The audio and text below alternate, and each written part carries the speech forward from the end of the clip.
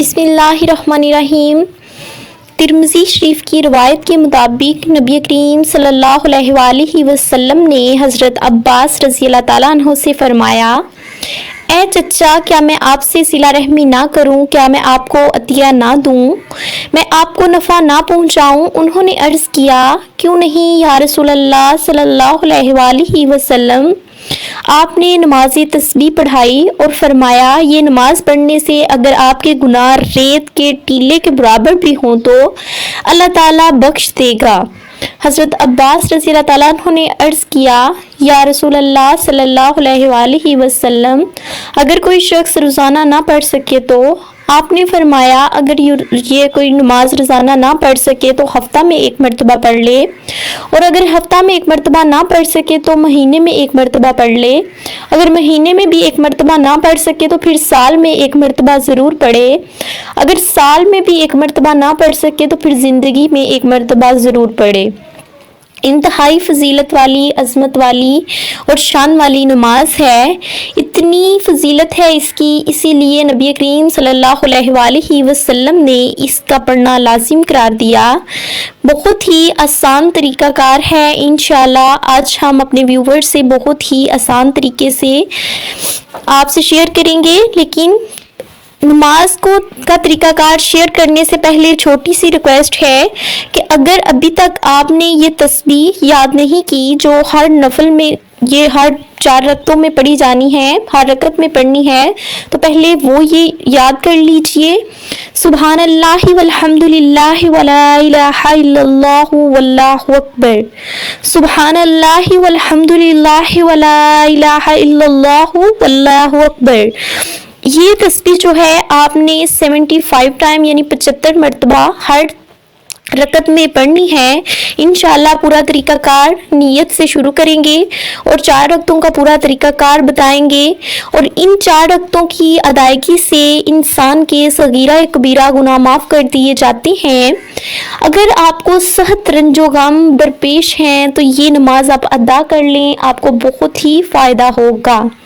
سب سے پہلے آپ یہ تسبیح یاد کریں اور اس کے ساتھ ہی انشاءاللہ آپ یہ نماز ادا کریں گے جس طریقہ کار سے ہم بتانے لگے ہیں، تو آپ کی نماز تسبیح ہو جائے گی۔ سب سے پہلے آپ نے کیا کرنا ہے، آپ نے نیت باندھنی ہے۔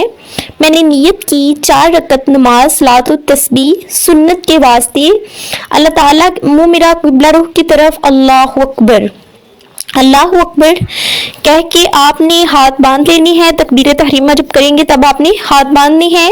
عورت کی نماز میں آپ نے ہاتھ کندھوں تک لے کے جانے ہیں اللہ اکبر کہہ کے، اور پھر آپ نے ہاتھ باندھنے ہیں، ثنا پڑھنی ہے سبحانک اللہ، یہ پڑھ کے اس کے بعد آپ نے کیا کرنا ہے، سب سے پہلے آپ نے سبحانک اللہ ثنا پڑھیے، اور پھر اس کے بعد 15 مرتبہ تعوذ اور تسمیہ کے ساتھ یہ پڑھنا ہے آپ نے، سبحان اللہ والحمد للہ ولا الہ الا اللہ واللہ اکبر، سبحان اللہ والحمد للہ ولا الہ الا اللہ واللہ اکبر۔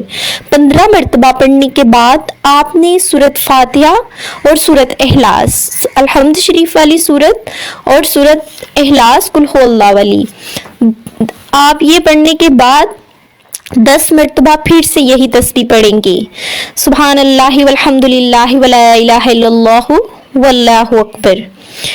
اس طرح 15 مرتبہ پہلے پڑھا، درمیان میں آپ نے الحمدللہ اور قل ھو اللہ پڑھا، 10 مرتبہ پھر پڑھی، تو کتنی دفعہ ہو گئی، 25 مرتبہ ہو گئی۔ پھر آپ نے کیا کرنا ہے، آپ نے رکوع میں جانا ہے۔ رکوع میں آپ نے رکوع میں جاتے وقت جب جائیں گی آپ نے 3 بار سبحان عظیم، سبحان ربی العظیم، سبحان ربی العظیم کہہ کر پھر آپ نے 10 مرتبہ تسبیح پڑھنی ہے، سبحان اللہ والحمد للہ ولا الہ الا اللہ واللہ اکبر، یہ 10 مرتبہ کہہ لیجئے۔ پھر اس کے بعد آپ نے کیا کرنا ہے، اللہ اکبر کہہ کے سیدھا کھڑا ہو جانا ہے۔ پھر اس کے بعد آپ نے سمیع اللہ لمن حمید ربنا ولک الحمد، یہ آپ نے کب پڑھنا ہے، جب آپ نے سیدھا کھڑا ہو جانا ہے۔ پھر سیدھا کھڑا ہو کے 3 مرتبہ پھر